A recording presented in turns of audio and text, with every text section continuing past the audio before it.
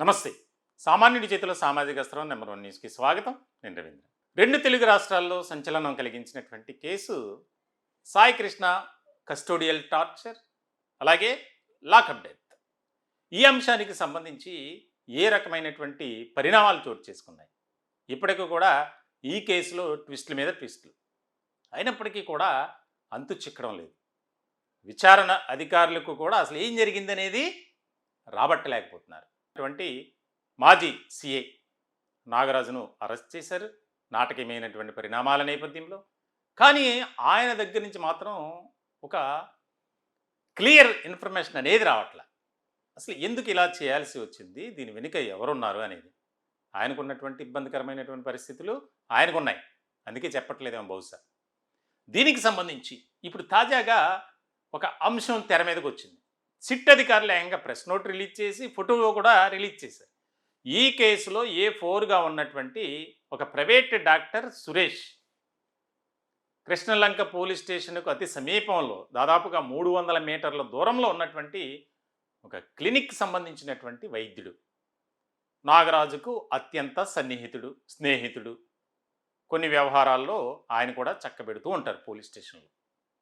ఆయన కోసం ఇప్పుడు ఫోటో రిలీజ్ చేశారు, దానికి సంబంధించి ప్రెస్ నోట్ కూడా.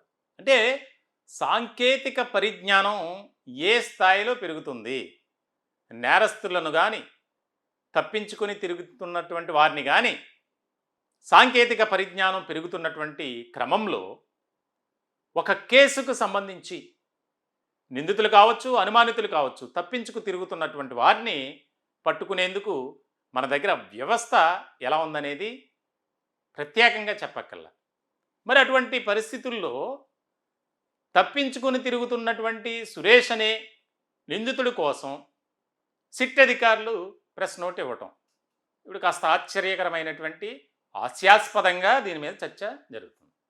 చాలా కీలకమైనటువంటి అంశం. ఏదైతే సాయి కృష్ణ అంశానికి సంబంధించి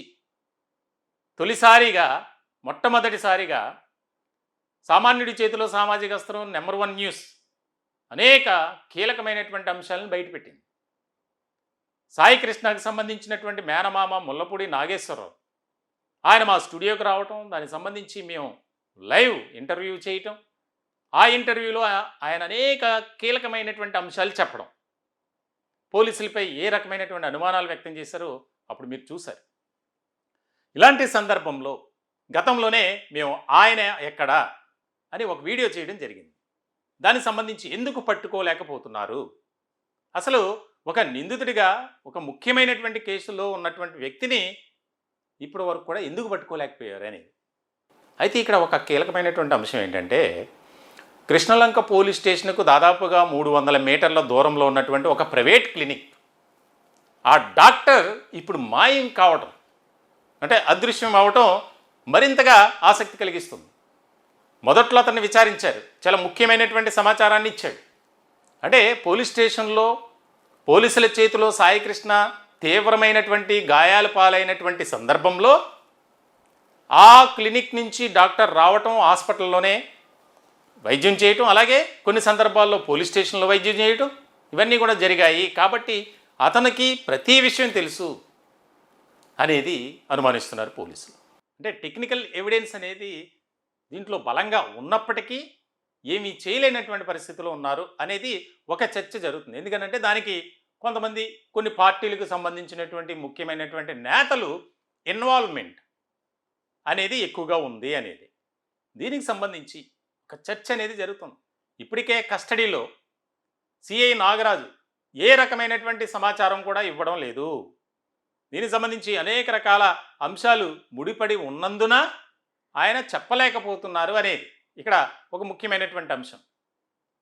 సరే, ఆయన లాస్ట్ రోజైనా చెప్తారనేది సిట్ అధికారులు భావిస్తున్నారు, ఒక ఆలోచనతో ఉన్నారు, ఖచ్చితంగా మంచి ఇన్ఫర్మేషన్ ఇస్తారు అనేది. ఇలాంటి క్రమంలో ఒక్కసారిగా సురేష్ ఫోటో రిలీజ్ చేయటం, దానికి సంబంధించి ఒక ప్రెస్ నోట్, అది మీరు చూస్తున్నారు స్క్రీన్ మీద. ఆగస్టు 1వ తేదీన ప్రెస్ నోట్ ఇచ్చారు. కృష్ణలంక పోలీస్ స్టేషన్ సాయి కృష్ణ కేసులో పరారీలో ఉన్న నిందితుడు సురేష్ ఆచూకీ తెలిపేందుకు ప్రజలకు సిట్ విజ్ఞప్తి. Krishnalanka police station crime number 107/2026 Saikrishna case దర్యాప్తు చేపడుతున్న ప్రత్యేక దర్యాప్తు బృందం పరారీలో ఉన్న నిందితుడు క్రింది వ్యక్తి ఆచూకీపై విశ్వసనీయ సమాచారం అందించాలని ప్రజలను కోరుతుంది. నిందితుడి వివరాలు: పేరు గులివిందల సురేష్, A4, తండ్రి ఆదినారాయణ, వయసు 40 సంవత్సరాలు, చిరునామా సత్యనారాయణపురం, విజయవాడ. గుర్తింపు వివరాలు: ఎత్తు సుమారు 5 అడుగుల 8 అంగుళాలు, శరీర ఆకృతి సాధారణం, వర్ణం తెలుపు, ముఖం గుండ్రంగా ఉంటుంది, జుట్టు నలుపు తెలుపు రంగు.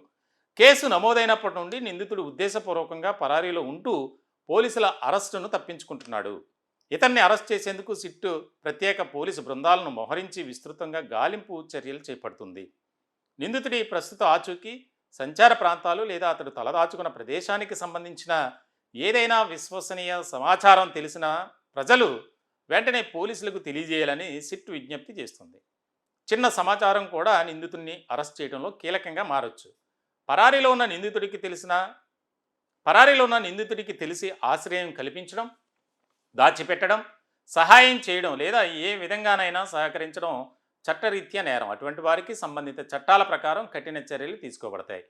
ప్రజలు తమకు తెలిసిన సమాచారాన్ని సమీప పోలీస్ స్టేషన్కు లేదా పోలీస్ అత్యవసర సేవల నెంబర్లు 100, 112కు వెంటనే తెలియజేయవచ్చు. సమాచారం అందించే వారి వివరాలు పూర్తిగా గోప్యంగా ఉంచబడతాయి. జారీ చేసిన వారు దర్యాప్తు అధికారి, ప్రత్యేక దర్యాప్తు బృందం, సిట్. ఇదండి A4గా ఉన్నటువంటి ఒక ప్రైవేట్ డాక్టర్ సురేష్ పరారీ అంశానికి సంబంధించి సిట్ అధికారులు ఇచ్చినటువంటి ఒక ప్రెస్ నోట్. అంటే పోలీసుల దగ్గర ఏ రకమైనటువంటి బలమైనటువంటి వ్యవస్థ ఉంటుందో, టెక్నికల్గా వారు ఏ స్థాయిలో ఉంటారనేది మనం ప్రత్యేకంగా చెప్పక్కర్లా. నిందితుని పట్టుకోవడంలో సాంకేతిక పరిజ్ఞానాన్ని ఏ స్థాయిలో వాడతారు, మరి ఇప్పటివరకు ఎందుకు పట్టుకోలేకపోయారు? ఇక్కడ మొదటి ప్రశ్న. పట్టుకోలేకపోయారు సరికదా, దీనికి సంబంధించి ప్రెస్ నోట్ ఇచ్చి దీనికి సంబంధించి ఇంకా అలర్ట్ చేయటం ఏంటి? ఇప్పుడు ఇంకా ఆయన ఇన్వాల్వ్ అయ్యి దానికి సంబంధించి మరింతగా అప్స్కాండ్ అవటానికి, అసలు రాష్ట్రాలు ఊర్లు రాష్ట్రాలు అవసరమైతే దేశం పారిపోయి కూడా అవకాశాలు ఉంటాయి కదా అనేది ఒక చర్చ జరుగుతుంది. అంటే మొత్తానికి ఈ వ్యవహారంలో, ఈ కేసులో ఎక్కడా కూడా సరైనటువంటి రీతిలో దర్యాప్తు సాగడం లేదు. ఒక పక్కనేమో ఆ తల్లి వేసినటువంటి పిటిషన్ని ఆమె నోటీసులు లేకుండా వెనక్కి తీసుకోవడం, సాయికృష్ణ తల్లి ఇప్పటికే ఆరోపణలు చేస్తుంది. ఈ కేసులో చాలామంది ఉన్నారు, పోలీస్ అధికారులతో పాటు రాజకీయ నాయకులు కూడా ఉన్నారు, వారిని కూడా అరెస్ట్ చేయాలి. అదేమైపోయిందో తెలియదు. దానికి సంబంధించి వివరాలు ఏమైపోయాయో, అసలు ఏం జరిగింది ఏంటనేది ఇప్పటి వరకు కూడా ఒక క్లారిటీ లేదు. దానికి సంబంధించి నాగరాజు మళ్ళీ కోర్టును ఆశ్రయించడం అడ్వకేట్ ద్వారా, నాకు ప్రాణహాని ఉంది, కస్టడీకి ఇవ్వద్దు అని. ఇందులో అనేక రకాల అంశాలు ముడిపడి ఉన్నాయి. ఎక్కడ కూడా ఎవరైతే పాత్రదారులు, సూత్రధారులు ఉన్నారో, కింగ్ పిన్స్ ఉన్నారో వారి వివరాలు మాత్రం బయటికి రావట్లా. చిన్న నేరస్తున్నే ఈ కేసులో తీవ్రమైనటువంటి గాయాల పాలైనటువంటి సాయికృష్ణకు వైద్యం చేసినటువంటి డాక్టర్ని A4గా పెట్టారు. విచారణ అధికారి పోలీస్ స్టేషన్లో SHOగా ఉన్నటువంటి CI నాగరాజును A1గా పెట్టారు. మిగిలినటువంటి పోలీసులను విచారించారు. మరి సహకరించినటువంటి వారిని అరెస్టు చేయలా. దానికి సంబంధించి ఎవరైతే నడిపించారో కథంతా వారి వివరాలు బయటకు వచ్చినప్పటికీ స్వల్పంగా ఎక్కడా కూడా వారిని విచారించినటువంటి సందర్భం లేదు.